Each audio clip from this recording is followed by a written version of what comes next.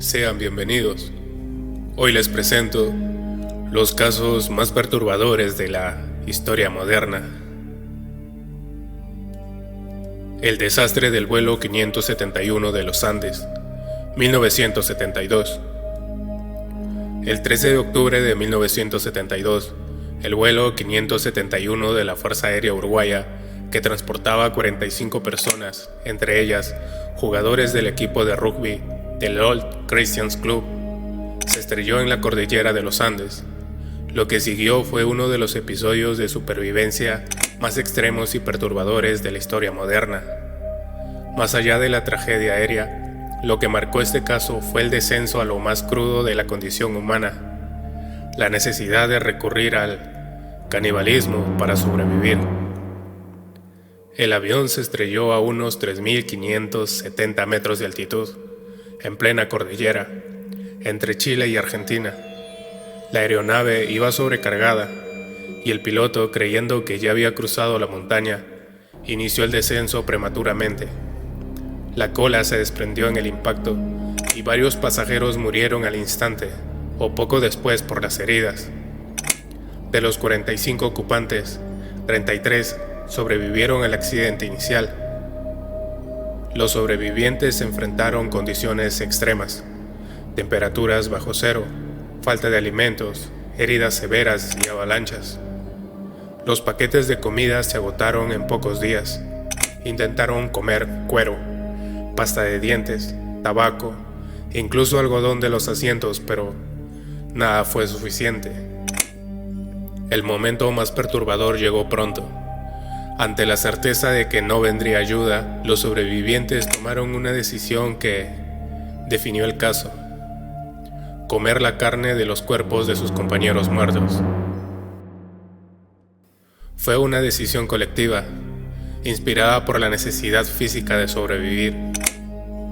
Este acto no fue inmediato. Hubo varios días de hambre extrema y desesperación. Cuando finalmente accedieron a hacerlo, comenzaron a cortar trozos de carne de los cuerpos congelados, utilizando vidrios y restos del fuselaje. Al principio lo hacían en secreto, pero pronto se convirtió en una práctica necesaria y compartida. La carne se almacenaba en condiciones naturales. El frío de la montaña ayudaba a conservarla. Algunos sobrevivientes documentaron que oraban antes de comer. En palabras de ellos mismos, nos comimos a nuestros amigos para que su muerte no fuera en vano. El 29 de octubre, 17 días después del accidente, una avalancha cayó sobre el fuselaje en el que dormían. 8 personas murieron asfixiadas. Los cuerpos quedaron aún más enterrados en la nieve, lo que obligó a los sobrevivientes a excavar y recuperar los cadáveres, tanto para darles sepultura como para seguir alimentándose de ellos. Finalmente, el 12 de diciembre, Fernando Parrado y Roberto Canessa emprendieron una caminata épica de 10 días por la montaña. Viajaron sin equipo, con restos de ropa y materiales improvisados, cruzando picos de más de 4.000 metros hasta que encontraron a un arriero chileno, Sergio Catalán, quien alertó a las autoridades. El 20 de diciembre, tras 72 días atrapados, de los 33 sobrevivientes inicialmente, solo 16 fueron rescatados, los únicos que sobrevivieron a las condiciones tan extremas de la cordillera de los Andes. Este caso inspiró películas, entre las cuales están Viven, de 1993, y la de hace poco, La Sociedad de la Nieve, del 2023. Richard Chase, el vampiro de Sacramento. Richard Trayton Chase fue un asesino en serie estadounidense que cometió una serie de crímenes brutales entre diciembre de 1977 y enero de 1978 en Sacramento, California. Lo que lo hizo infame no fue solo la violencia de sus actos, sino su obsesión enfermiza con la sangre. Chase No solo asesinaba, bebía la sangre de sus víctimas, profanaba cuerpos y practicaba necrofilia. Fue uno de los casos más extremos de asesinato motivado por psicosis documentado en la historia criminal de los Estados Unidos. Esta es la historia de Chase. Nació en 1950. Desde joven, mostró señales de inestabilidad mental. Presentó los 3 elementos de la tríada macabra: mojar la cama hasta avanzada edad, maltrato animal y piromanía. Sufrió abusos físicos por parte de su padre y fue diagnosticado con esquizofrenia paranoide. Durante la adolescencia comenzó a consumir drogas pesadas, como marihuana y alcohol, lo cual solo agravó su condición. Pronto desarrolló delirios intensos. Creía que su sangre se estaba secando y que sus órganos estaban siendo robados. También afirmaba que alguien estaba envenenando su comida. Antes de asesinar, Chase fue hallado inyectándose sangre de conejo y matando animales para beber su sangre, creyendo que así evitaría que su corazón se detuviera. Fue internado en un hospital psiquiátrico donde mató y bebió la sangre de aves frente a otros pacientes. A pesar de estos hechos, fue dado de alta porque se consideró que no era un peligro inminente para los demás. El 29 de diciembre de 1977, Chase cobraría su primera víctima, de nombre Ambrose Griffin, un hombre de 51 años, asesinado sin motivo aparente mientras ayudaba a su esposa a llevar las compras. Chase le disparó desde su coche. Su segundo crimen fue Teresa Wheeling, el 23 de enero de 1978. Aquí Chase mostró su verdadera brutalidad. Entró en su casa con la puerta sin llave. Teresa, embarazada de 3 meses, fue asesinada de un disparo. Chase mutiló su cuerpo, le abrió el abdomen, extrajo órganos y bebió su sangre. También se masturbó sobre el cadáver y defecó en el lugar. El tercer asesinato fue la familia Mirot, 27 de enero de 1978. El triple asesinato. Entró en la casa de Evelyn Mirot, de 38 años, donde también estaba su hijo Jason, de 6, su sobrino David, de 22 meses. Disparó y mató a todos. A Evelyn la violó post-mortem, le extrajo órganos y bebió sangre de su cuello y cavidad abdominal. Al bebé lo decapitó y se llevó su cuerpo, que luego sería encontrado parcialmente canibalizado. Este acto fue uno de los crímenes más perturbadores registrados en la historia criminal estadounidense. Chase fue arrestado poco después, gracias a que una mujer sobrevivió a un intento de secuestro y dio su descripción.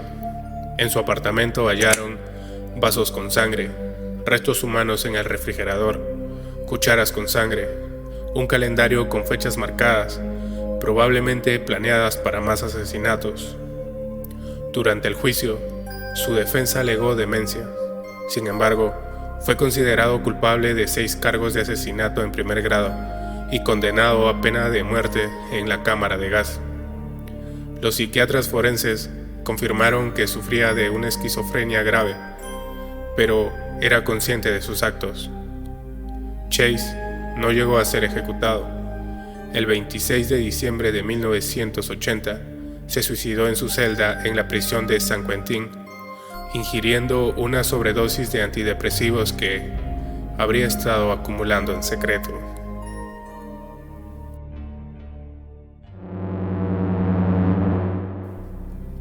El caso de Albert Fish. Albert Fish fue un asesino serial, caníbal, pedófilo y torturador activo en Estados Unidos a principios del siglo XX. Nacido en 1870, Fish confesó haber abusado de más de 100 niños y asesinado brutalmente a varios de ellos, aunque solo fue condenado por uno de los crímenes. Uno de los casos más impactantes fue el de Grace Bott, una niña de 10 años que Fish secuestró en 1928 con el pretexto de llevarla a una fiesta. Se la llevó a una casa abandonada donde la estranguló, la desmembró y cocinó partes de su cuerpo para comérselas. 6 años después, envió una carta detallando todo a la madre de la niña. En esa carta, que se conserva como prueba, Fish describe con frialdad cómo cocinó las nalgas de Grace en el horno con zanahorias, cebollas y tiras de tocino, y cómo disfrutó el sabor de su carne. Los elementos más perturbadores del caso es que él practicaba la autotortura, se clavaba agujas en el cuerpo, muchas de las cuales fueron encontradas en sus genitales mediante rayos X tras su arresto. Escribía cartas sádicas y obscenas a familias anónimas. Disfrutaba el dolor físico y lo combinaba con la religiosidad, creyendo que torturar niños era parte de la voluntad divina. Fue arrestado en 1934, juzgado por el asesinato de Grace Bott y condenado a muerte. Fue ejecutado en la silla eléctrica en 1936, en la prisión de Sing Sing. Los testigos dijeron que murió sonriendo.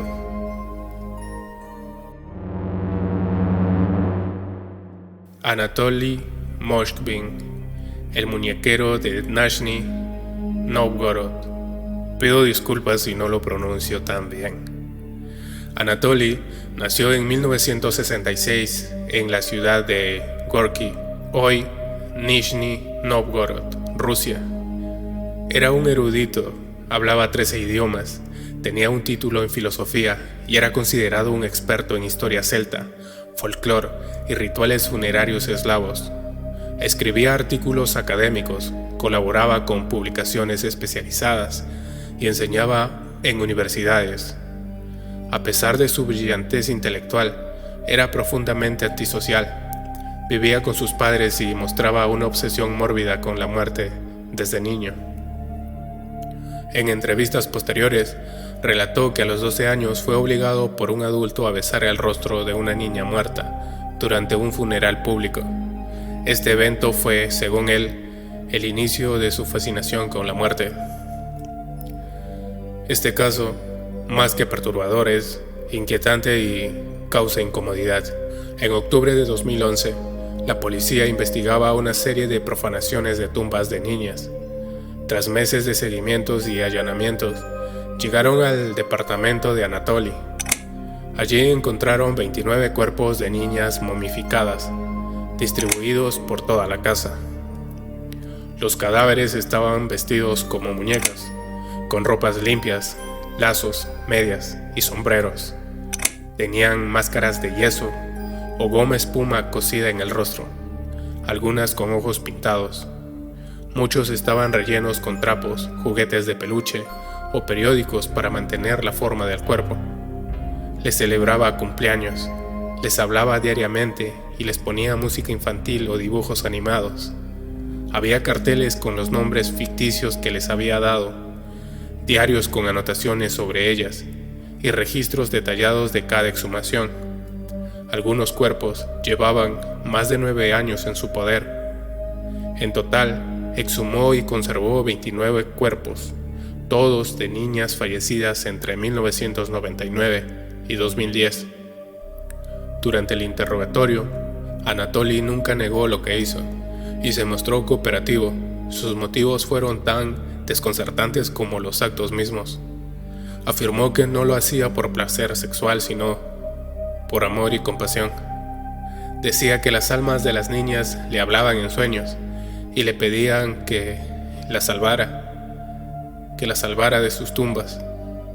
Afirmó que quería devolverlas a la vida en un futuro cuando la tecnología lo permitiera. Desarrolló un ritual propio de reanimación, inspirado en textos ocultistas que incluía dormir junto a ellas para transmitirles energía vital. Algunos cadáveres estaban conservados con una mezcla casera de sal, bicarbonato y productos químicos, lo que impidió la descomposición total durante años. En 2012, Anatoly fue diagnosticado con esquizofrenia paranoide y declarado inimputable penalmente. Fue enviado a una institución psiquiátrica de alta seguridad en Kazán.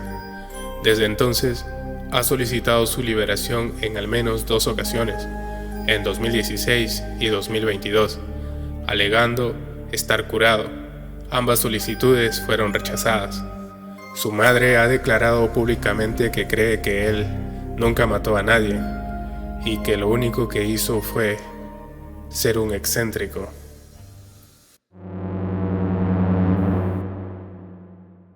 Katherine Knight, Australia, año 2000. Katherine es conocida por uno de los crímenes más atroces en la historia de Australia. A continuación, te presento este caso. Katherine nació en 1955 en una zona rural de Nueva Gales del Sur, Australia. Su infancia estuvo marcada por la violencia y el abuso. Su padre biológico se suicidó cuando ella tenía 4 años y su padrastro era alcohólico y violento con su madre. Katherine sufrió abuso sexual por parte de varios miembros de su familia y creció en un ambiente disfuncional. Katherine tuvo varias relaciones fallidas y violentas. Se casó con David Stanford Kellett en 1974, pero intentó estrangularlo en su noche de bodas. Después de separarse de él, tuvo otras relaciones igualmente violentas, incluyendo una con John Chillingworth, con quien tuvo un hijo. Sin embargo, su relación más significativa fue con John Price, quien la dejó después de que ella se negara a dejar de acosarlo y amenazarlo. El 29 de febrero del año 2000, Katherine compró ropa interior sexy y se encontró con Price en su casa. Después de tener relaciones, lo apuñaló 37 veces mientras dormía. Luego, desolló su cuerpo. Le cortó la cabeza y cocinó parte de su cuerpo con verduras. Puso la mesa con platos y cubiertos y escribió notas con los nombres de los hijos de Price, como si esperara que ellos se unieran a la cena. La policía encontró el cuerpo mutilado de Price y Katherine dormida junto a él, después de haber ingerido pastillas para intentar suicidarse. La policía fue alertada sobre el crimen después de que los hijos de Price llegaran a la casa y encontraran la escena del crimen. Katherine fue arrestada en el lugar y posteriormente confesó el crimen. La investigación reveló que Katherine había estado planeando el crimen durante varios días y había comprado los utensilios necesarios para cocinar el cuerpo de Price. Katherine fue condenada a cadena perpetua en 2001 por el Tribunal Supremo de Nueva Gales del Sur, convirtiéndose en la primera mujer en Australia en recibir esta sentencia sin posibilidad de libertad condicional. Su caso es considerado uno de los más aberrantes en la historia de Australia, y yo también lo creo.